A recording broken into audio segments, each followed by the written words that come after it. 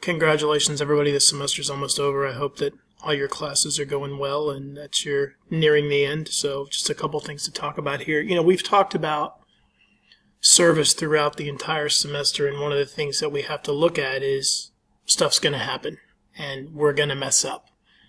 And so the key to success is how we take those failures and mistakes, learn from them, and get better.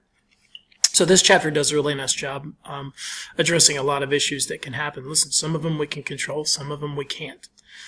So a product failure, it's pretty simple. It's cold food. The room looks dirty, etc., etc., etc. We don't have the items that we said that we're going to have. Failure to meet explicit or implicit customer request. Again, they ask for it. We can't do it. And, that also runs the gamut of things that it could possibly be or not be. But the main point is that we failed to meet the customer request. And again, failures caused by employee actions or inactions, we're talking about intentional and unintentional things. Listen, bad attitude is something that can happen for whatever reason. Our service staff at the front desk is in a bad mood, and they take that out on their guest. That becomes a problem. Failures caused by other guests, random events, blah, blah, blah, blah, blah. You're at Disney and the ride breaks down. Or you just happen to be booked to your room the weekend of a bachelor party.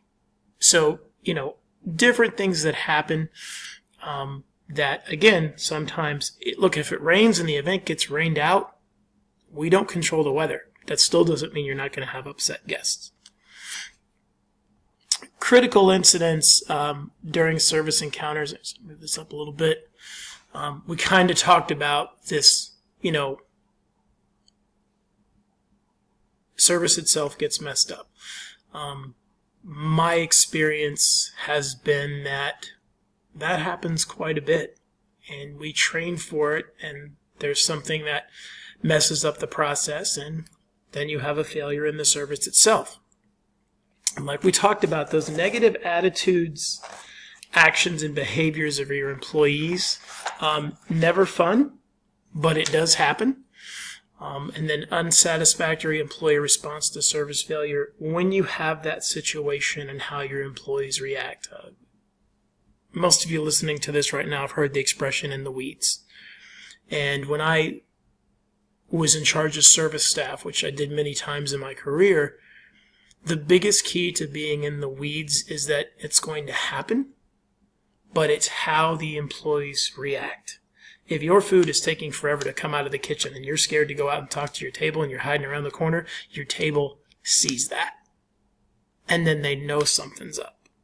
And that is when the employee's like, oh, God, I don't want to go talk to those people. It's been 25 minutes on their appetizers. You're making the situation worse. So, customer failure, again, sometimes we have to say that they just didn't like our food. They just weren't happy with our service. And we have done everything that we can to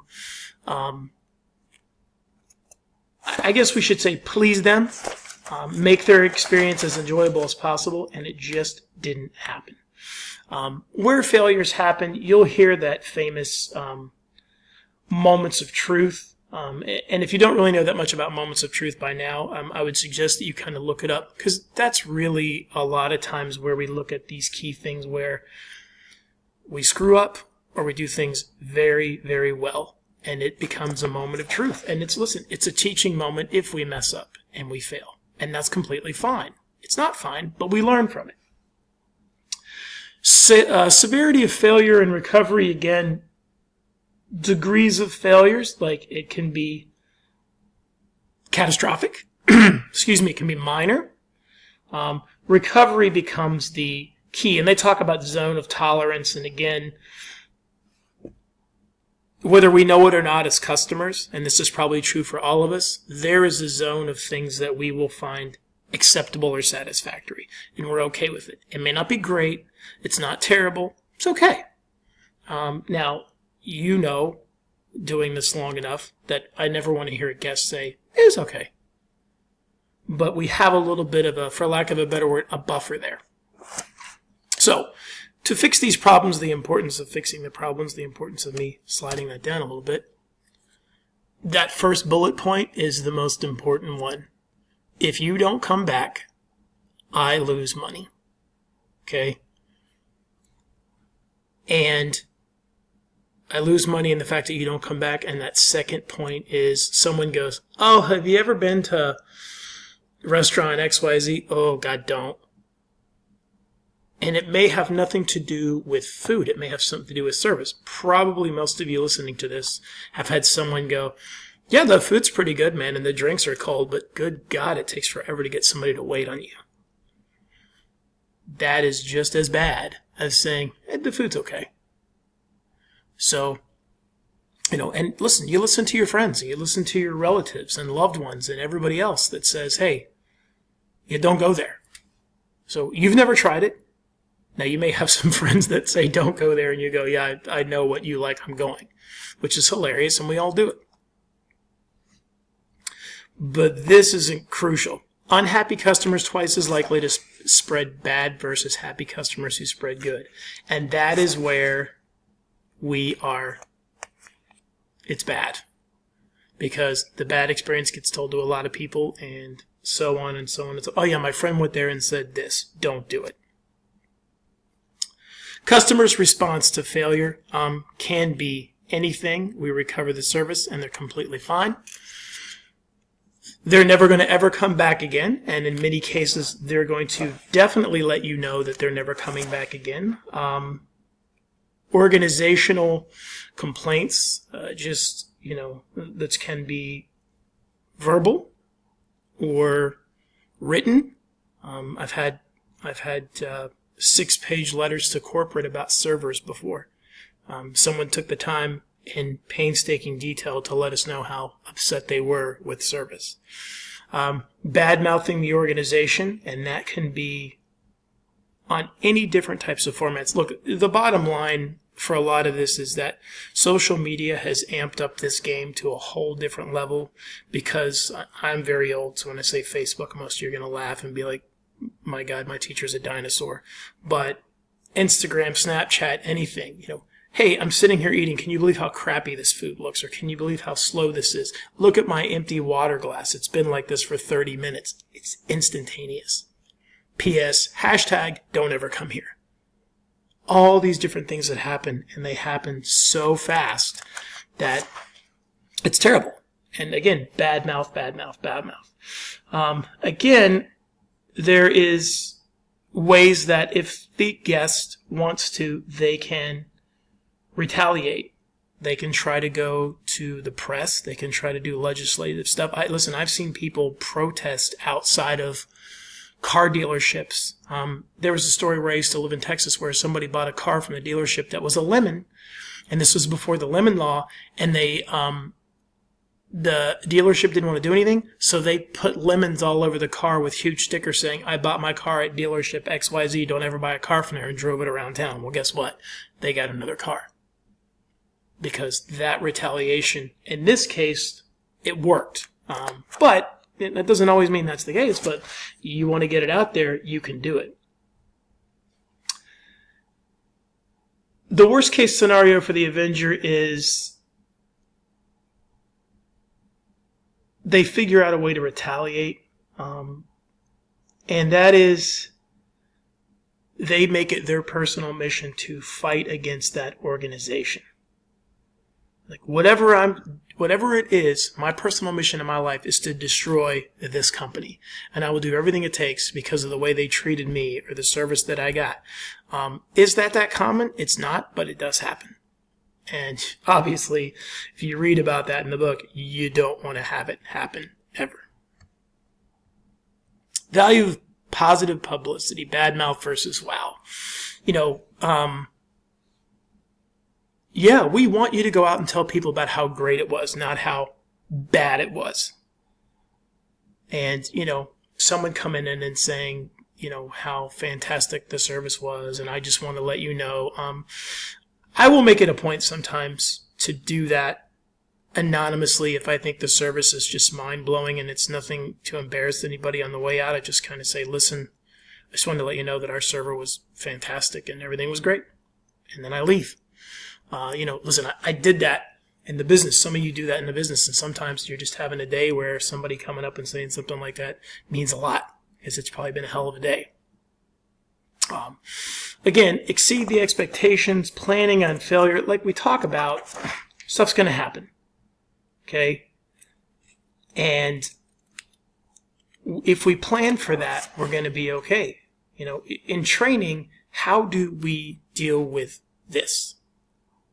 The guest comes up to the front desk and the room is not ready and the room is supposed to be ready. How do we deal with that? I don't know. That's a problem. Train, train, train. And you can read about British Airways. That's one great example. Again, I say that, if you're serious about it and you mean it and you're on board and your employees are on board, you'll be fine. Stuff is going to happen. I love on this slide about service failure, body language. You do this long enough. Many of you have done this long enough. You know when something's wrong at a table or in the lobby or, wherever it is. You can feel it. You know it. Ask. Is there something I can do for you? I noticed you were looking around. Is there anything that you need? What can I help you with? And we don't have to go up and admit failure. We can assess the situation. Talk to everybody. Recovery. Yeah, I love it. Do something quickly. As quickly as you can, do something. And the faster you do it, the cheaper it's going to be and the less the damage is going to be. Okay? Hey, this food is cold. No problem. I'll take care of it right now. Hey, my room isn't ready. Well, you know what? While you're waiting, why don't we do this? That's not difficult. And it's an immediate solution to a problem. Then that is a lot of times exactly what the guest is looking for. These types of justice, read about these, pardon me guys, read about these in your book, because, and like we talk about, there is all the different types of it, how you handle it, what it means. I don't need to sit here and read you the definitions, but it is important. Again, failures, put them in categories, assign reasons for each type of failure so that you can hopefully never have that happen again. Why did this happen? And this has happened before, so how do we fix this to where it doesn't happen again? I will tell you, if you look at these 6 steps and the follow-up, if you keep logs, and a lot of companies do keep logs, this is almost, in my opinion, a step-by-step instruction manual for how you should log it. Here's what happened on Thursday night, and it was because of this, and why it happened was this. What we decided to do was this. We did it. Here's what happened. That kind of situation, we log it. We have a record of it. We know exactly what to expect and how we handled certain situations. These things happen more than once, which is terrible to say, but that's the business. Ensure the failure is addressed quickly. Communicate clearly to employees. Make sure you have open communication. Make sure you're transparent with your employees about this stuff. And again, flexible enough to accommodate different types of failures. Very, very important. If the customer defines failures, then not making it better makes it worse. What it means to them. I'm never going to stay at a Marriott ever again because of what happened to me. You don't want to hear that. Okay? Making it right, not being enough, possibly. Admitting that you're wrong and admitting it the right way, humbly, with dignity, goes a long way.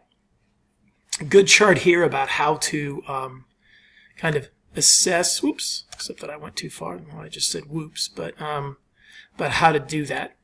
Okay? Doesn't work for everything, but it's a good starting point.